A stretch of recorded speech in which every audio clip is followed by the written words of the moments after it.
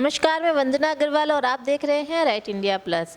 जैसा कि आप सब लोगों को पता है, चुनाव का माहौल है और सभी राजनीतिक पार्टियों ने अपनी कमर कस ली है। ठंड का टाइम है, लेकिन आरोप प्रत्यारोप की राजनीति से राजनीतिक चुनाव के माहौल को गर्म रखा हुआ है। इसी कड़ी में इस वक्त हम मौजूद हैं देवली विधानसभा में और हमारे साथ बने हुए हैं बीजेपी के दक्षिण दिल्ली से महामंत्री बलवीर सिंह जी। तो चलिए आज उनसे कुछ राजनीतिक मुद्दों पर चर्चा करते हैं। सर, सबसे पहले स्वागत है राइट इंडिया प्लस में। धन्यवाद। सर, विपक्ष आरोप लगा रही है केंद्र पर कि अमर ज्योति उन्होंने बुझा दिया है, तो इस बारे में आप क्या कहेंगे? बुझा के अपमान किया उन्होंने जो नहीं, देखिए, कोई ये उसको बुझा के कोई ऐसी कोई बात नहीं की है कि जिससे कोई सम्मान को ठेस पहुँचे। आपको बता दें कि ये जो अमर जवान ज्योति ज्वाला है, 1971 में जब इंडिया ने बांग्लादेश में वार जीता था, तभी से यहाँ पे ये 1972 में इसका अमर जवान ज्योति पे जो ज्वाला जल रही थी उसके जल रहा था। लेकिन ये यहाँ पे जो अंग्रेज़ों के ज़माने का जो कॉलोनियल युग था उनके नाम वहाँ पे लिखे हुए थे। लेकिन मोदी सरकार ने आने के बाद जैसे ही नेशनल वार मेमोरियल बनाया है और वहाँ पे अपने देश में जितने लोग शहीद हुए हैं 1947 के बाद, उनके सभी नाम वहाँ पे लिखे गए हैं और वहीं पे एक ज्वाला वहाँ भी बनाई गई है। तो इस ज्वाला को खाली वहाँ से उठा के और वहाँ पे इसको मिला दिया गया है, दोनों का विलय कर दिया गया है। और ये एक तरह से उस कॉलोनियल युग का अंत हुआ है जो अंग्रेज़ों ने ये जो इंडिया गेट बनाया था। और इंडिया गेट पे जो ज्वाला जल रही थी उसमें अंग्रेज़ों में जब भारत उनके अधीन था, उनके परतंत्र था, भारत स्वतंत्र नहीं हुआ था, तो वहाँ पे उन्हीं लोगों के बहुत सारे अंग्रेज़ी सैनिकों के भी नाम लिखे हुए थे।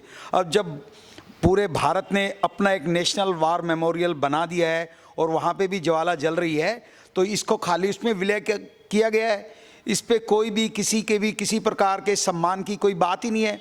ये तो बल्कि नेशनल प्रेस्टीज की बात है कि अपने देश के सैनिकों को उनके नाम वहाँ पे लिखे गए हैं। ये नेशनल वार मेमोरियल में लिखे हुए हैं। इंडिया गेट पे कोई इंडिया के सैनिकों के, उसमें अफगान युद्ध के लोगों भी थे, अंग्रेज़ों के साथ कुछ जो भारतीय सैनिक काम करते थे उनके भी थे, अंग्रेज़ों के जो सैनिक थे उनके भी नाम थे।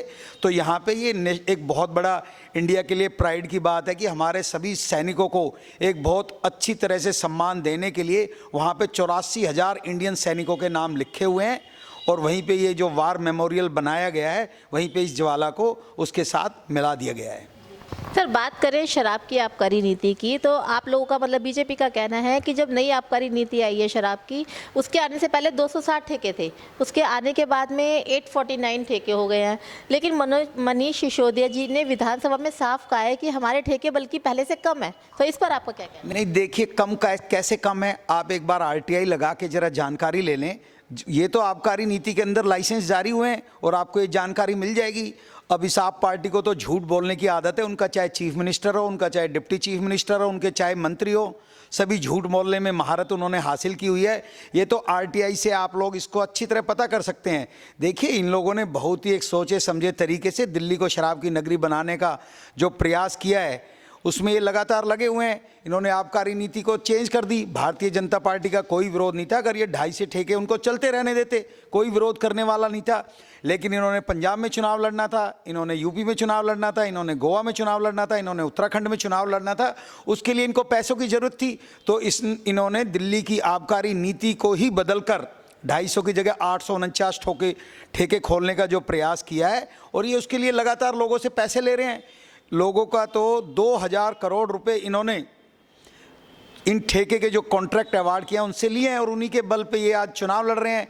इनको क्या ज़रूरत पड़ी थी कि दिल्ली को 250 की जगह 849 ठेके खुलवाने की? दूसरी, ये लोग बात करते हैं कि गलियों में कच्ची शराब बिक रही है। ये भारतीय जनता पार्टी नहीं बिकवा रही। इस शराब को आज तक सिसोदिया जी, केजरीवाल या इनका कोई भी मंत्री ये बताए कि इन्होंने एक्साइज डिपार्टमेंट इनके अंडर है, आबकारी नीति को देखभाल दिल्ली सरकार, इन्होंने कितने साथियों को एक्साइज के थ्रू रेड डलवाई है, आज तक एक भी बताएं? और ये अगर कच्ची शराब रोकनी है तो सबसे पहले दिल्ली सरकार को, एक्साइज कमिश्नर को, हर एक दिल्ली पुलिस कमिश्नर को, दिल्ली के एक SHO को लिख के उनके यहाँ रेड डालनी चाहिए।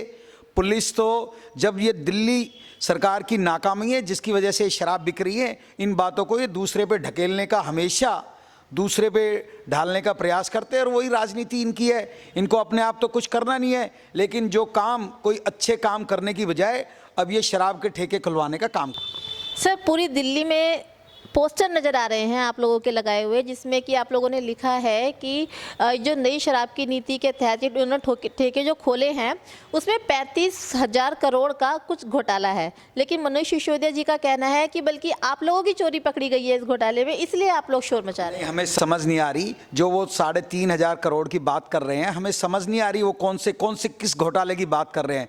भारतीय जनता पार्टी का इससे कोई लेना देना नहीं है। इससे पहले शीला दीक्षित की सरकार थी, कांग्रेस की सरकार थी, अब इनकी सरकार है।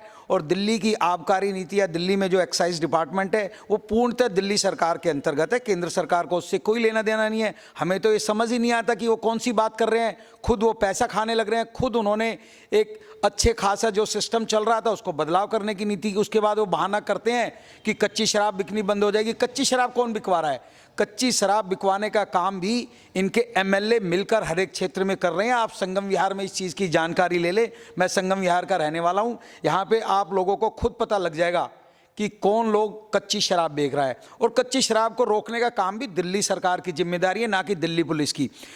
जो दिल्ली सरकार अपने एक्साइज डिपार्टमेंट के थ्रू वहाँ पे इस प्रकार की कार्रवाई करेगी वो बेच ही ना सके, तो इसमें कहने की कोई बात ही नहीं है। ये अपनी बात को हमेशा दूसरों पे डालने का प्रयास करते रहते हैं। सर, श्रम कार्ड बहुत तेज़ी से बनाए जा रहे हैं, लेकिन इसका क्या फ़ायदा है और श्रमिकों तक ये फ़ायदा कैसे पहुंचेगा? देखिए, सरकार ने जैसे अभी ये कोरोना की महामारी आए, कुछ इसी प्रकार की कोई इमरजेंसी सिचुएशन में अभी केंद्र सरकार ने सोचा है कि एक डाटाबेस तैयार किया जाए जहां पे लोग श्रमिकों के रूप में काम कर रहे हैं। वो छोटी दुकान पे काम कर रहा है, वो कहीं पे कंस्ट्रक्शन एक्टिविटीज़ में इन्वॉल्व है, कुछ इस प्रकार की जहां पे कि वो ना ईएसआई में कवर होता है ना पीएफ में कवर होता है। और उन लोगों के अपना सरकार के पास कोई ऐसा सिस्टम नहीं था कि उन लोगों को इमीडिएटली कोई सहायता पहुँचा दी जाए। तो केंद्र सरकार ने ये पूरे भारतवर्ष में योजना चलाई है कि जो भी इस प्रकार के छोटे मोटे काम धंधों में लगे हुए लोग हैं उनके लिए एक इस प्रकार का ई श्रम कार्ड बना के दे दिया जाए, जिससे सरकार के पास एक डाटाबेस तैयार रहे और कोई भी इस प्रकार की नीति भविष्य में ज़रूरत पड़ेगी तो उनको सहायता पहुंचाने का काम इन ई श्रम कार्ड के द्वारा किया जाएगा।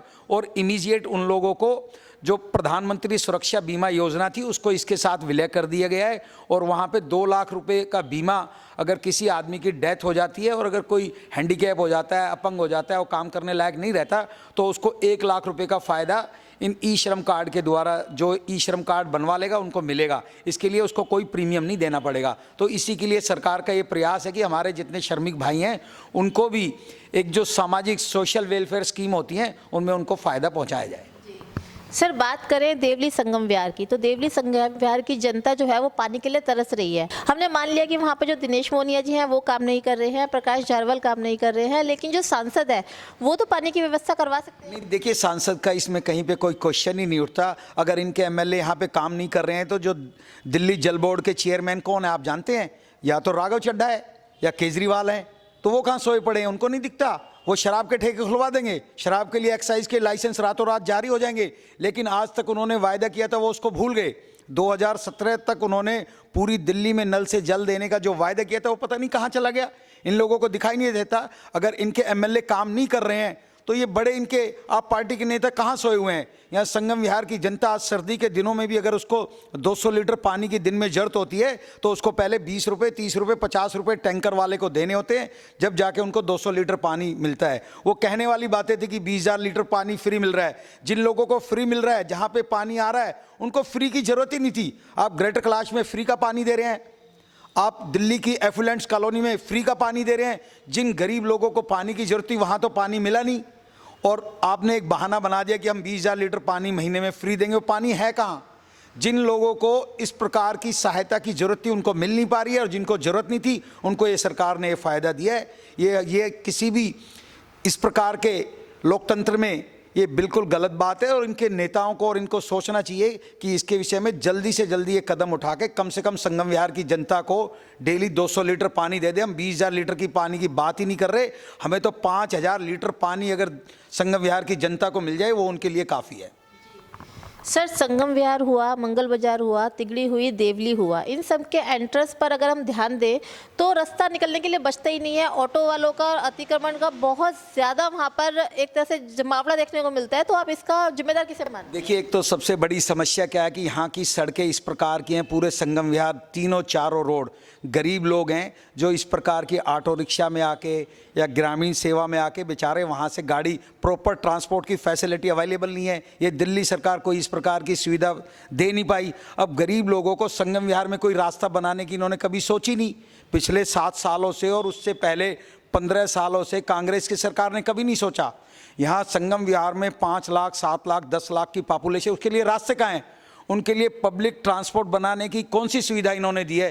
तो बेचारे गरीब लोग आते हैं, अगर वो उतर के रोड के साथ कुछ ट्रैफिक जाम होता भी है, उसके लिए कोई ना कोई व्यवस्था इनके पास, इन्होंने सिविल डिफेंस के लोग खड़े हुए कहीं आपको नज़र आते हैं? गरीब जनता वहाँ पे आ रही है, वहाँ पे उतर रही है, तो सिविल डिफेंस वाले क्या कर रहे हैं? उनको ये फ्री फंड में इन्होंने अपने कार्यकर्ता के रूप में तो उसका काम करते हैं, लेकिन लोगों की भलाई के लिए ट्रैफिक जाम लो इसके लिए वो यूज़ नहीं करते। वो एक झंडा लेके तो रोड पे खड़ा हो जाता है कि इंजन ऑफ, पॉल्यूशन ऑफ, लेकिन वो कहाँ है? अगर इन लोगों को कम से कम इन सिविल डिफेंस वालों को तरीके से यूटिलाइज करे तो ये समस्या भी बड़ी आसानी से दूर हो सकती है। दिल्ली नगर निगम के चुनावों को लेकर सीटों में भारी फेरबदल किया गया है। राजनीतिक गलियारों में खलबली जैसा माहौल देखने को मिल रहा है, कहीं खुशी कहीं गम। तो इस बारे में आप क्या कहना चाहेंगे? नहीं, देखिए, ये तो इलेक्शन कमीशन का नोटिफिकेशन है और उसने रोटेशन पॉलिसी के तहत ही इस प्रकार के बदलाव किए हैं। देखिए, सभी को समान अवसर मिलते रहने चाहिए। ये नहीं है कि एक सीट हमेशा से रिजर्व है तो वो रिजर्व ही रहे।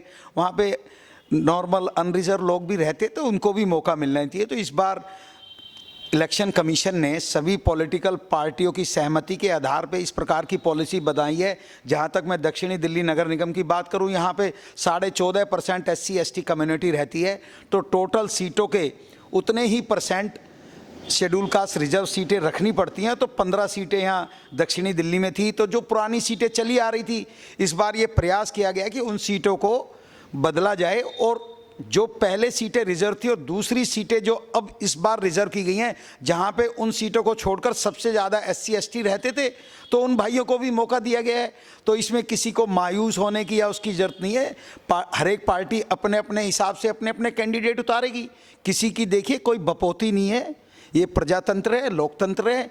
यहाँ पार्टियां अपने हिसाब से, सारी पार्टियां लोकतांत्रिक तरीके से काम करती हैं। इसी प्रकार सभी लोगों को मौका मिलेगा। संगठन हर एक आदमी के बारे में अच्छी तरह जानता है, किसकी क्या कैपेसिटी है। कुछ लोग चुनाव पे आके अपने आप की सरगर्मी दिखाते हैं, कुछ लोग लगातार इसके लिए काम करते रहते हैं। तो हमारा तो सभी कार्यकर्ताओं से एक ही निवेदन है कि वो पार्टी में एक अच्छा विश्वास और एक अच्छी अपनी संगठन शक्ति बनाए रखें और आने वाले समय में जैसे ही चुनाव नज़दीक आएंगे, चुनाव के नोटिफिकेशन होंगे, पार्टियां टिकट डिक्लेयर करेगी, तो जिस प्रकार जिसकी योग्यता होगी उसको वहां से टिकट अवश्य मिलेगी। इसमें कोई मायूस या उसके होने की बात नहीं है। ये इस प्रकार के सिस्टम आगे भी होते रहने चाहिए और सभी लोगों को बराबरी का मौका मिलना चाहिए। सर 73वां गणतंत्र दिवस हम लोग मना रहे हैं, तो अमन शांति को लेकर आपका क्या संदेश पब्लिक के लिए रहेगा? देखिए, अमन शांति की तो कोई चिंता ही नहीं है। मोदी जी की सरकार है। यहाँ पे जब से आप देख रहे हैं, जहाँ यूपी में रोज़ दंगे होते थे, वहाँ पे किस प्रकार की अमन शांति रही है। तो अब वो अमन शांति वाली बात तो कौन फैलाता है ये आप अच्छी तरह जानते हैं। हम गणतंत्र दिवस पे यही देते हैं कि सभी लोगों को बहुत बहुत शुभकामनाएं और लॉ एंड ऑर्डर को बना के रखें, सुखी रहें, स्वस्थ रहें, कोरोना से अपने आप को बचा के रखें।